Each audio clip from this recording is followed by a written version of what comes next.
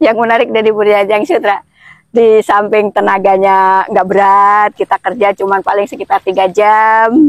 Terus hasilnya juga alhamdulillah lumayan. Tiap hari kita bisa panen, bisa buat penghasilan tiap hari.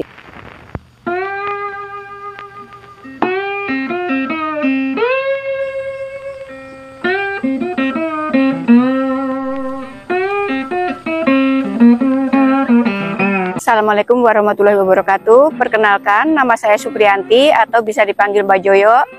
Saya berasal dari Dusun Salakmalang, Kelurahan Banjarharjo, Kecamatan Kalibawang, Kabupaten Kulon Progo, Daerah Istimewa Yogyakarta.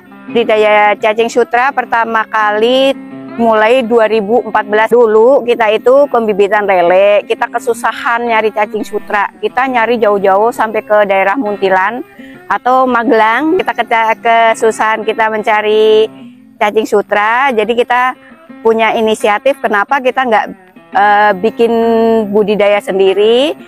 Makanya dari itu dari Mbah Joyo Kakung, dia rembugan, kenapa kita nggak budidaya sendiri. Terus kita mulai tahun 2014 itu kita mulai bikin lahan cuman sempit sekitar 100 meter. Kita usaha budidaya cacing sutra untuk yang pertama kali atau yang awalnya. Kita nyari bibit itu kita beli bibit di daerah Growong, Muntilan.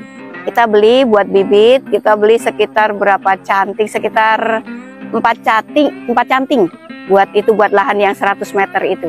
Kita ini otodidak aja, jadi dari pengalaman sehari-hari, dari kita praktek sehari-hari gitu aja. Jadi ini, tapi kesininya kita ada bimbingan dari Bapak PPL setempat, yaitu Bapak Ibnu Budiono.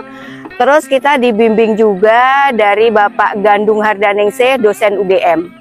Bimbingnya itu kita misalnya kita kesusahan dari ini caranya ngasih makan gimana, ini aja saling timba ilmu gitu.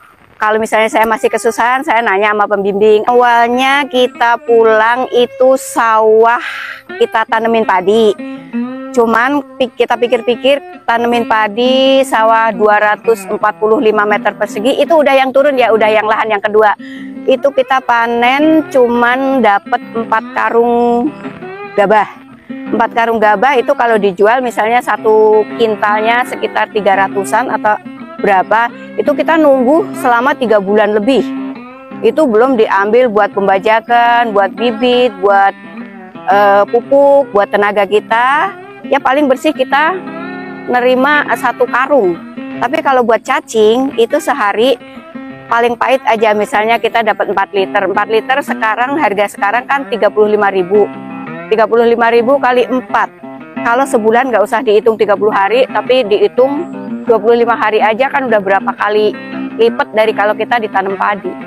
Harinya kita dipukul rata aja 6 liter sehari. Kesulitan sebenarnya nggak ada, cuman ini aja kendalanya.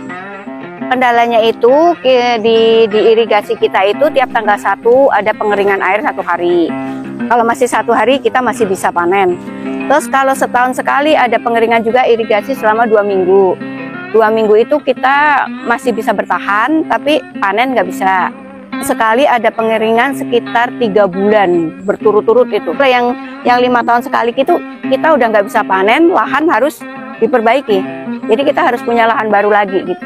Media yang kita gunakan itu dari awal itu sawah. Yang pertama kebun ya, yang pertama kebun.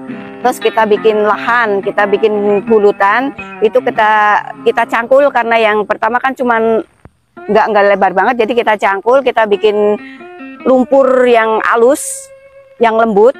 Udah gitu baru kita kasih pupuk kotoran burung puyuh dulu selama seminggu berturut-turut. Sesudah agak bagusan tanahnya kita kasih bibit cacing. Nah kita piara terus kita panen pertama dari penebaran itu sekitar 3 bulan. 3 bulan dari penebaran bibit itu 3 bulan baru kita bisa panen. Itu aja baru sedikit. Panen pertama itu cuma dapat 1 canting susu kental manis. Tapi hari berikutnya bertambah sampai sekarang alhamdulillah itu sampai 6 liter per hari. Perawatan untuk lahan itu tiap hari tiap pagi kita panen dulu. sesudah panen kita kasih makan kotoran burung puyuh. Udah gitu ya, karena namanya kotoran burung puyuh itu bau, jadi air harus stabil, sirkulasi air harus stabil. Terus kalau udah gitu biar kita ngurangin bau itu kita jadi digaruk biar kotoran burung puyuh itu nggak di atas tanah tapi di bawah lumpur. Cacing itu identiknya hidup di lumpur, bukan di air ya. Ya emang iya sih ada air, cuman yang otomatis kan kalau cacing itu di lumpur yang apa ya namanya ya, demek, yang namanya cacing kan hidup di kotor-kotoran gitu, nggak ada cacing yang hidup di air yang bersih. Kalau sudah panen itu dari panen di lahan lumpur itu kita bawa, kita ayakkan, diayak pakai ayakan itu. Kalau udah agak kelihatan ngegumpal, oh itu cacing gitu, tapi belum bersih benar, kita bawa ke tampungan. Jadi ada istilah diperam, cacing itu diperam. Lantar cacing itu bisa naik sendiri.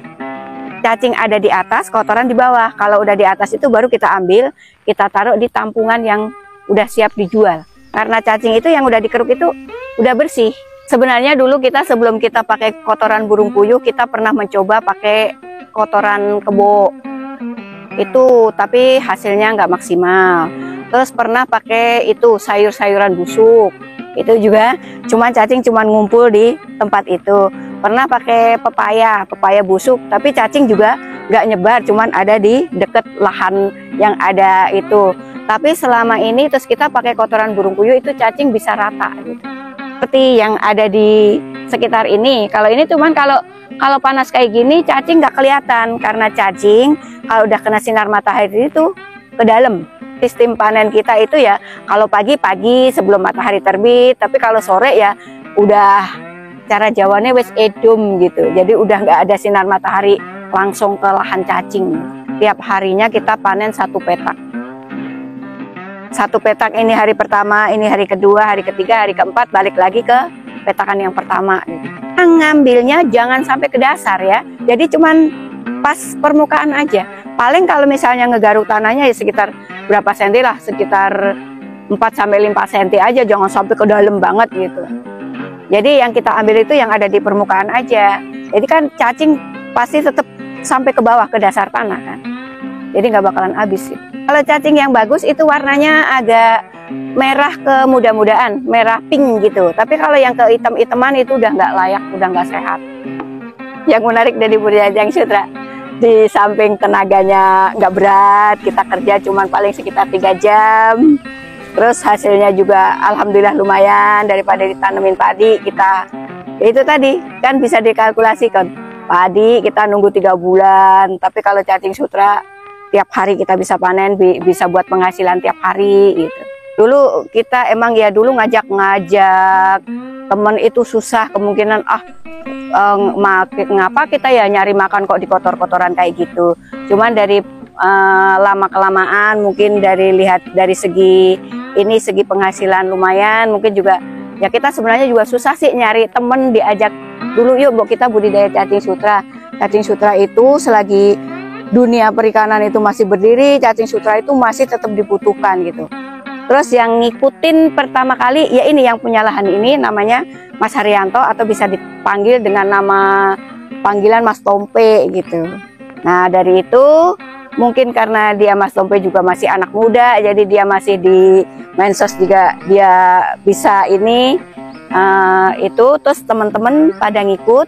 Alhamdulillah sampai sekarang di Salak Malang sendiri sudah ada sekitar 18 orang pembudidaya. Terus di Nduwet 2 itu ada 2, di Nduwet Salam itu sekitar 13 orang. Dari saya pribadi itu soal pemasaran, soal rezeki itu udah ada yang ngatur. Jadi kita nggak usah iri-irian. Mungkin kalau misalnya pelanggan kita, oh di kita nggak ada, kita unjukin ke yang sebelah sana ada, yang sebelah sana ada, si Mas Tompe ada, si Mas Irawan ada gitu. Apa kalau kita nggak mampu kita lemparin ke Salam atau ke Nduwet gitu. Prinsipnya kita karena itu adalah penghasilan pokok gitu ya, ya kita harus kita tekuni, harus kita ini. Pokoknya intinya kita harus punya semangat atau kemauan gitu aja. Jangan nggak takut kotor gitu aja. Sama modalnya ya kemauan itu tadi, ya modal utama kemauan aja. selama ini nggak ada sih. Kalau dibilang, ada yang bilang katanya belut makan cacing, tapi enggak.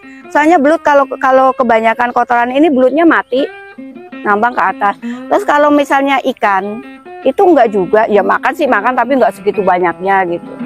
Ini nih lumut, lumut kan ada dua macam, lumut rambut sama gulma apa ya ini ya, yang kayak agar ini.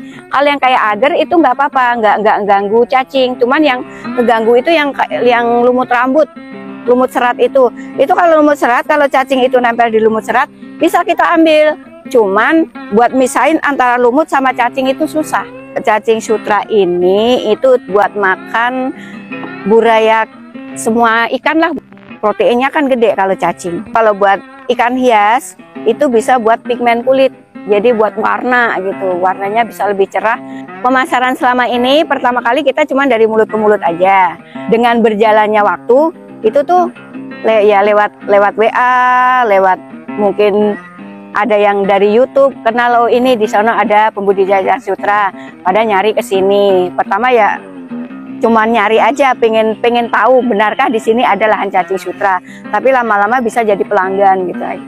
Ini kan kita nggak ngitung ya pelanggan kita berapa, nggak ngitung, cuman ya udah menyebar lah yang beli dari kita itu ada yang dari Pakem Sleman, ada yang dari Turi, ada yang Wonosari, sama Bantul juga ada, Purworejo juga ada, dan kemarin ada juga yang dari Cilacap, itu dia juga sebenarnya dia penjual cacing sutra juga, dia juga ke sini. Kita sehari panen 6 liter, 6 liter kali 35. Tadi kan 210.000 sehari. Nggak usah dihitung 30 hari, tapi dihitung 25 hari aja. Jadi 10 kali 25 itu per bulannya.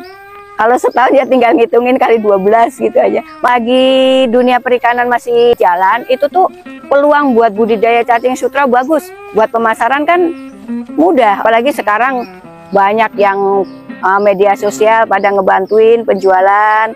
Apalagi dari dinas juga ngebantuin buat penjualan cacing sutra gitu.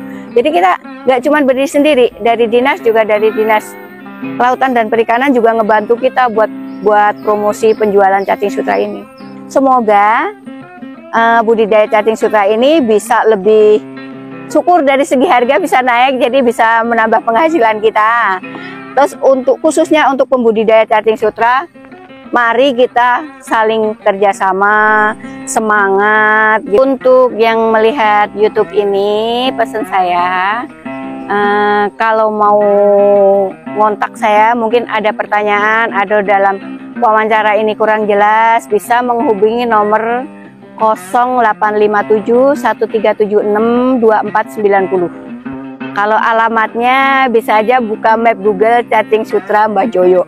Kalau mau berbudidaya atau mau berusaha, pokoknya jangan kecil hati. Jadi kita harus punya semangat yang benar-benar semangat buat kerja. Ya intinya kerja keras lah, jangan pantang menyerah. Kita juga mengucapkan terima kasih buat Pak Ibnu Budiono selaku PPL Kecamatan Kalibawang, dan untuk Bapak Gandung Hardaningsih, Bapak dosen UGM Yogyakarta. Dan terakhir saya ucapkan terima kasih juga untuk Dinas Kelautan dan Perikanan Daerah Istimewa Yogyakarta. Dan jangan lupa subscribe channelnya Jajak Rezeki.